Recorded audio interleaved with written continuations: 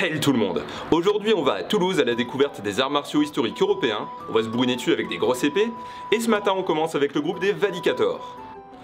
Que Chrome nous garde! Ouais, donc du coup, ce qu'on fait avec Vadicator actuellement, c'est on essaie d'être le plus fidèle possible au manuscrit. C'est-à-dire, si on ouvre une page où il y a des techniques, on voit qu'ils sont en tenue civile. Donc en tenue civile, ça veut dire qu'il n'y a absolument aucune protection. Or en AMHE, lorsqu'on fait des sparring ou lorsqu'on s'entraîne, on met des masques. Donc en enlevant les protections, on va être un peu plus fidèle pour la réaction face à la peur. La limite à cette pratique, c'est que on ne veut pas se tuer. On veut pas se tuer, on est copains, donc quoi qu'il arrive, je vais arrêter ma frappe avant de le toucher.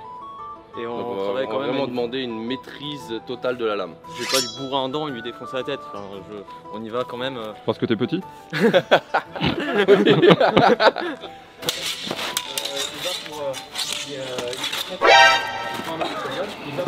C'est emmerdant ça. Vadi explique dans son livre que la vie est le plus beau cadeau que Dieu ait fait. Donc je ne pas forcément tuer. Il y a une technique notamment, au chapitre 15, où je suis ici. Là on dit mais c'est bête, pourquoi est-ce qu'il le tue pas? Parce que je pourrais clairement le tuer. Non, Vadi va préférer montrer qu'il est supérieur, qu'il va gagner, et lui laisser le choix. C'est-à-dire de venir faire ça, ça et ça. Allez hop. Une fois que je suis là, j'ai clairement gagné. Je ne l'ai pas tué, j'ai gagné. Maintenant c'est à lui de voir. Soit il continue à faire le con, auquel cas je le tue, je le saigne et c'est fini. Soit il dit ok c'est bon j'ai perdu, il est suffisamment humilié et on s'arrête là, j'ai gagné le duel. Encore une fois, je ne le tue pas, c'est lui qui meurt, c'est lui qui se tue en choisissant de continuer à faire le con.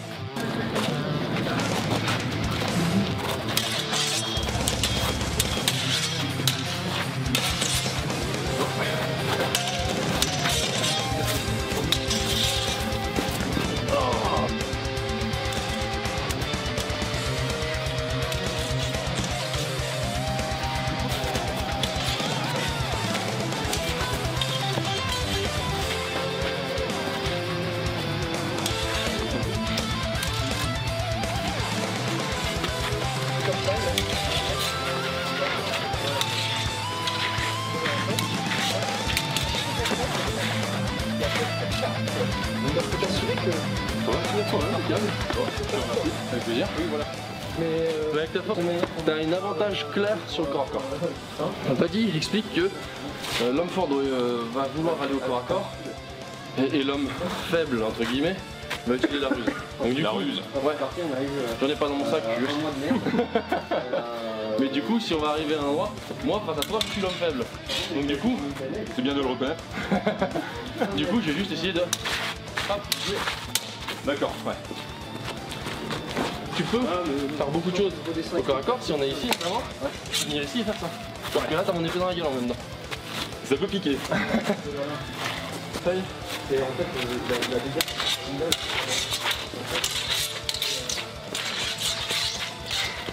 Ouais, bah tu vois, là par exemple, c'est fini. Non, je suis fini.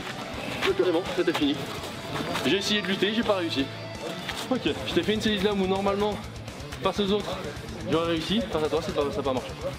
C'est frustrant, hein. Ouais, c'est frustrant, j'avoue. Sur cette physique que t'avais tout à l'heure là. Ouais. J'ai des dommages que tu me saisi là, tu m'aurais saisi là.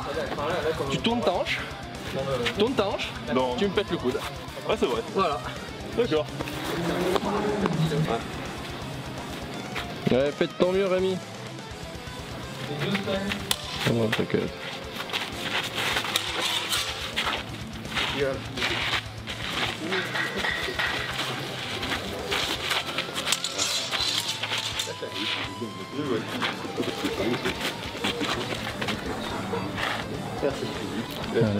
Bah, merci à toi. Et enfin, on fait un câlin. Garde un peu de juridique. Ah la pu!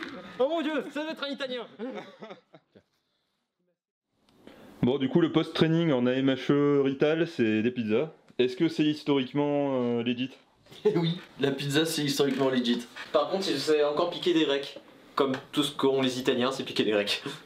Bon, bah voilà. C'est très juste. 2 hours later. On a retrouvé la pierre de bidon. Attends. Tiens, vas-y. Allez, gros. Nos ancêtres grecs. D'arrêter, on a dit d'arrêter. Attends, je grave, hein, pour la postérité. William apprendira sur sa tête. C'est valide. On assiste à un grand moment d'histoire. Merci Dieu.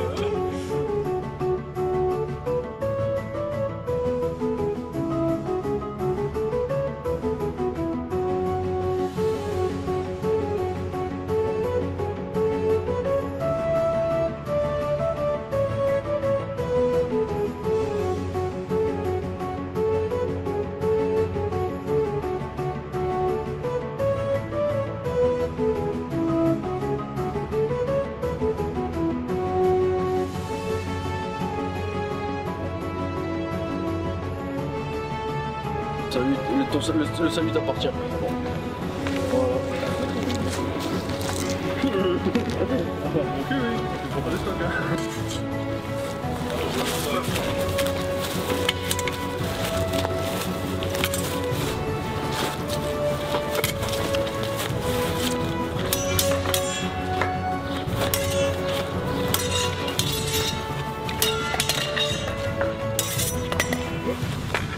Il est en parade, y'a pas de soucis.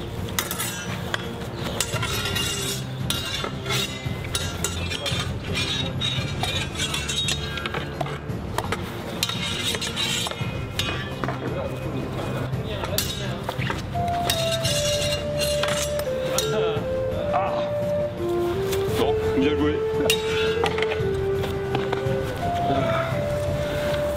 C'est original. Le principe de la source, c'est vraiment que tu restes collé au cul en fait.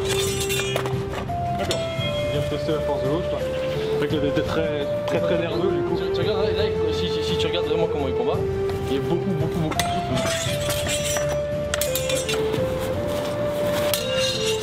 Voilà.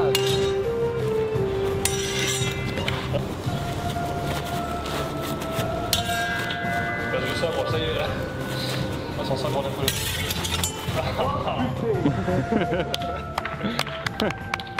Joli. Bon, c'est marrant quand même. Celui c'est à moi, celui c'est à moi aussi. Donc t'es en train de dire qu'en fait dans le sud on fait des bonnes bières aussi?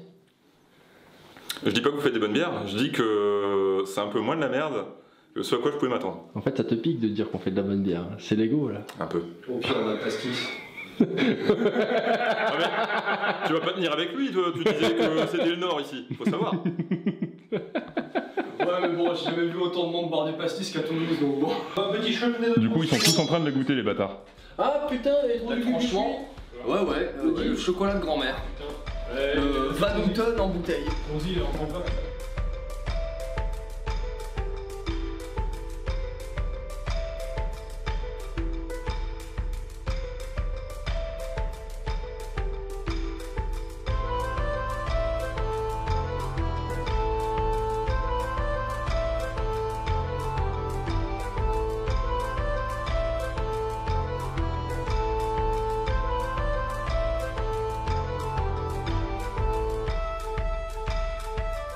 Tu me disais quoi sur ton hygiène de vie? Toujours impeccable. Jamais d'alcool entre les cuites, ne pas séparer les lipides et les glucides, très important. Et puis surtout, oui voilà, il faut savoir se soigner, je pense. Hein, le gras, tout ça, c'est la vie évidemment. Hein, mais bon, il n'y a pas de secret, je pense. Hein. On a, vous savez, l'escrime avant tout, c'est une école de l'exigence. Je pense qu'il faut être exigeant avec soi-même et avec les autres, mais d'avant tout avec soi-même. Au jour le jour, il faut vivre certes, mais il faut savoir progresser et ajouter sa pierre à l'édifice. C'était quoi votre question déjà?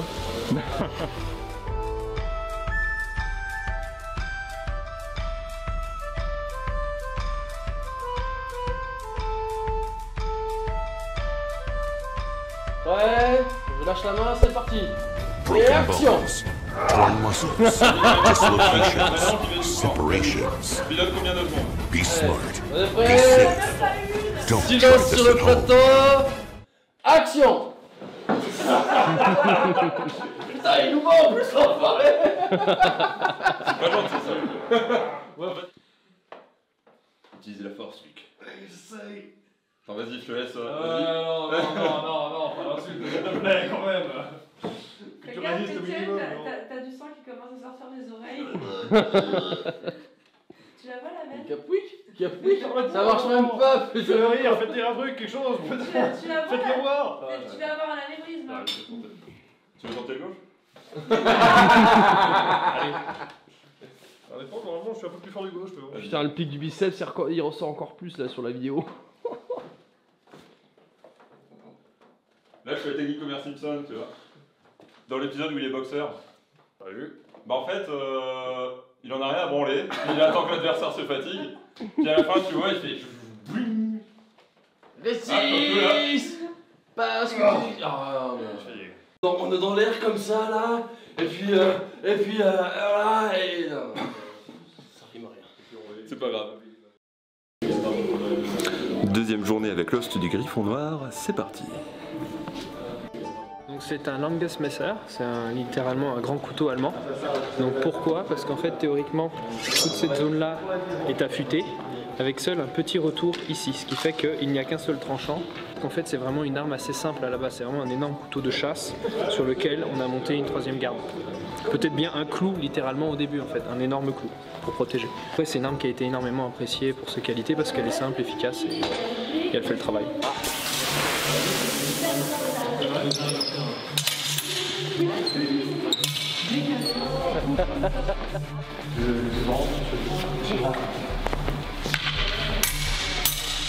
Ok, effectivement.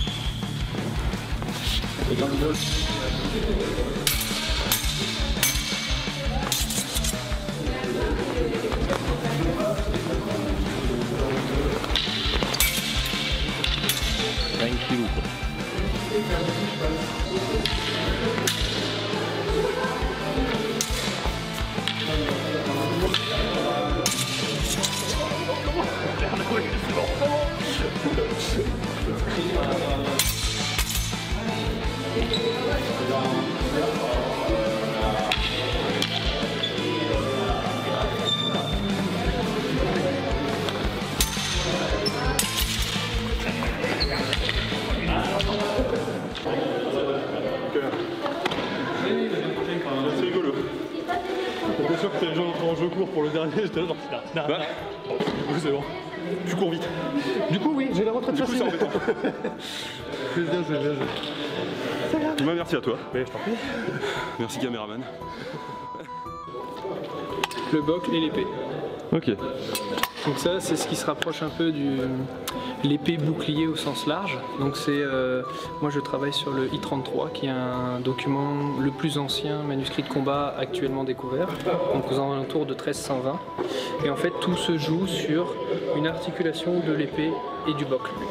Donc ce bocle peut paraître ridicule mais en fait il offre une couverture à la main quand on est sur l'avant et surtout il offre un cône de protection assez élevé parce que vous voyez que si je veux venir toucher ma tête en gardant mon bocle ici, ça me couvre de là jusque là. Et pour la petite histoire du coup, il y a le moine qui est celui qui a écrit le bouquin, enfin qui a sous-traité l'écriture, mais en tout cas c'est lui qui a fait les textes et c'est lui le maître, et ses élèves, donc c'était très certainement un cadre monastique, un cadre d'université en fait. Donc sachant que les universités étaient aux mains de l'église bien sûr à cette époque. Donc c'est les étudiants qui apprennent à se battre. Un moine spé combat. Un moine combat, voilà, exactement. Donc c'est pour ça que ça paraît un peu contradictoire, mais c'est effectivement un moine, un clerc en tout cas, qui étudie et qui enseigne l'art du combat. Eh ben, un petit spoil, mais on verra dans l'histoire musclée que les moines étaient loin d'être en reste. Ouais. Eh ouais. Surtout que c'était souvent des gens qui avaient eu accès à une éducation élevée.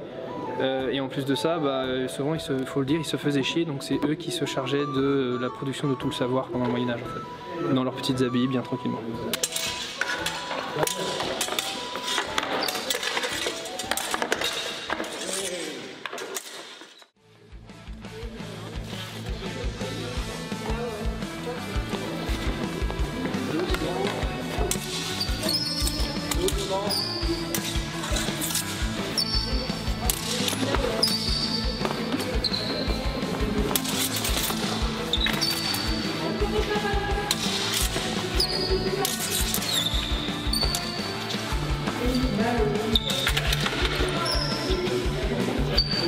Ouais. Rentre au corps à corps, Clément.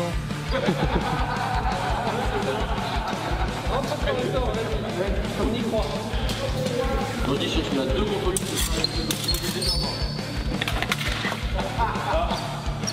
Là, tu m'as eu. Ça a été une tête et les bras et la fête qui avait.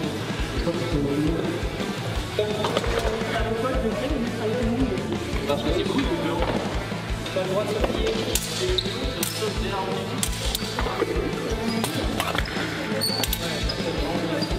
C'est stock. Il faut c'est le pantographe. Allez, dernière échange. C'est la bombe.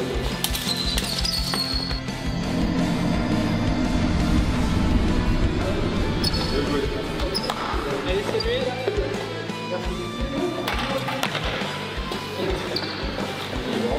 Je te remercie.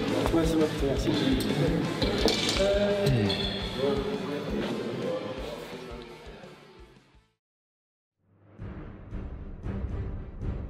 Et voilà pour ce vlog.